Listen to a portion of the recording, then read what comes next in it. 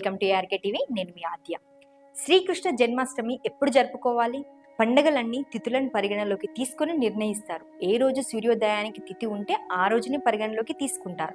అయితే కొన్ని పండగల విషయంలో రోజంతా తిథి ఉండడం ప్రధానంగా భావిస్తారు. ఈసారి కృష్ణాష్టమి విషయంలో ఆగస్టు 26 సోమవారమే పండగ అని పండితులు నిర్ణయించారు. అయితే ఆ రోజు సూర్యోదయం తర్వాత అష్టమి తిథి వచ్చింది. మర్నాడు ఆగస్టు 27 మంగళవారం సూర్యోదయం అయిన వెంటనే నవమి వచ్చేస్తుంది. అందుకే ఆగస్టు 26 సోమవారమే కృష్ణాష్టమి జరుపుకోవాలి. ఆగస్టు 26 సోమవారం ఉదయం 8:40 వరకు సప్తమి ఉంది. ఆ తర్వాత అష్టమి ఘడియలు మొదలయ్యాయి. ఆగస్టు 27 మంగళవారం ఉదయం 6:49 అష్టమి ఘడియలు వెళ్ళిపోతున్నాయి. నవమి మొదలవుతుంది. ఆగస్టు 26 సోమవారం రాత్రి 9:23 నుంచి ఆగస్టు 27 మంగళవారం రాత్రి 8:30 వరకు ఉంది. సాధారణంగా జన్మతిథి జరుపుకున్నప్పుడు సూర్యోదయానికి తిథి ఉండేలా చూసుకుంటారు. నక్షత్రం ఓ రోజు అటు ఇటుగా ఉన్నప్పటికీ తిథిని మాత్రమే పరిగణలోకి తీసుకుంటారు. అందుకే పంచాంగకర్తలంతా ఆగస్టు 26 సోమవారం రోజంతా అష్టమి తిథి ఉండటంతో ఈ రోజే కృష్ణాష్టమి అని నిర్ణయించారు.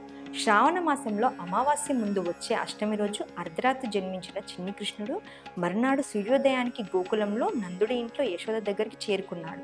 అయితే వైష్ణవులు మాత్రం రోహిణితో కూడిన అష్టమిని సెలబ్రేట్ చేసుకుంటారు. శ్రీకృష్ణుడు చిన్నప్పుడు గోకులంలో పెరగడం వల్ల ఈ రోజుని గోకులాష్టమిగా కూడా జరుపుకుంటారు. ఈ రోజంతా కొందరు ఉపవాసం చేస్తే మరికొందరు ఒక పూట భోజనం చేస్తారు. కృష్ణుడి ఆలయాలు దర్శించుకుంటారు.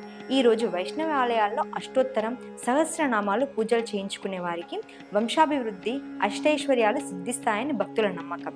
భక్తి శ్రద్ధలతో కన్నయ్యను పూజిస్తే సకల పాపాలు నశించి ధర్మార్థ కామ మోక్ష ప్రాప్తి కలుగుతుందని స్కంద పురాణం చెబుతోంది.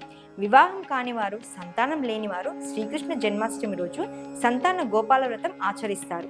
ఈ రోజు సంతాన గోపాల వ్రతం ద్వారా బాలగోపాలుడిని పూజిస్తే అనుకున్న కార్యాలు నెరవేరుతాయంటారు. శ్రీకృష్ణ జన్మాష్టమి రోజు భాగవతం, భగవద్గీత పఠించాలి.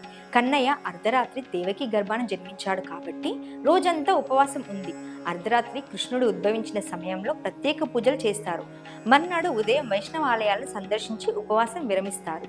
నేను చెప్పిన ఈ ఇన్ఫర్మేషన్ కనుక మీకు నచ్చినట్టయితే లైక్ చేయండి, షేర్ చేయండి, మీ ఒపీనియన్ కామెంట్స్ రూపంలో తెలియజేయండి. అలాగే ఇలాంటి మరెన్నో అప్డేట్స్ తెలుసుకోవడం కోసం do subscribe to RK TV.